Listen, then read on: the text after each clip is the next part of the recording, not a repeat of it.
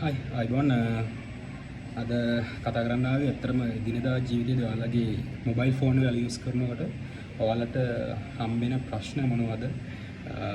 ඒකින් මේ ප්‍රශ්න වලින් කොහොමද අපි ඇත්තටම කස්ටමර් කෙනෙක් විදිහට අපි අපේ පැත්තෙන් කොහොමද විසඳුමක් ලබා ගන්න පුළුවන් වගේ පොඩි දැනුවත් කිරීම ටිකක් එක දැනුවත් කිරීමක් කරන් තමයි ආවේ.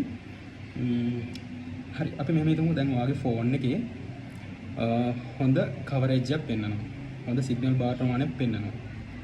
ඒ වගේම ෆෝන් එකේ පැකේජ් එක බලපුවම පැකේජ් එකේ තාම පැකේජ් එක යූස් කරන පැකේජ් එකේ තාම data balance එකක් තියෙනවා. ඊට අමතරව නැත්නම් පැකේජ් නැතුව normal data දානවා නම් normal data balance එකක් තියෙනවා. ඉතින් මෙහෙම තියෙනවා නමුත් ඉන්ටර්නෙට් වැඩ කරන්නේ.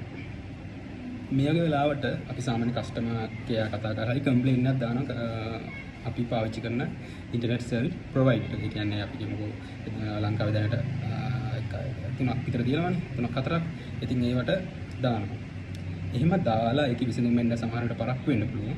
අන්න ඒ වගේ වෙලාවට අපේ පැත්තෙන් අපි බේසික් චෙක්අප් ටිකක් මොහොරි කරගන්න පුළුවන් ද කියන අදහසක් දෙන්න තමයි ආවේ.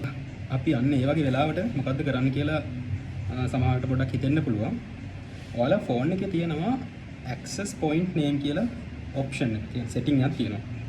ඉතින් අපි අන්න ඒ වගේ අවස්ථාවකදී අර ඒ access point name එකේ setting එක reset කරලා හරි නැත්නම් setting එක වැරදියට setup වෙලා තියෙනවා නම් හරි අපි ඒක හදාගන්න බලන්න ඕනේ.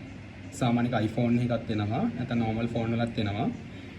settings වලට ගිහිල්ලා ඔයාලා access point name කියලා search කරලා බලන්න. එහෙම නැත්නම් APNS කියලා search කරලා බලන්න. ඒතර ඔයා පාවිච්චි කරන internet service provider ගේ APN එක මොකක්ද කියලා ඔයාලා කවදායි දැනගෙන ඉන්න ඕනේ. හරිද?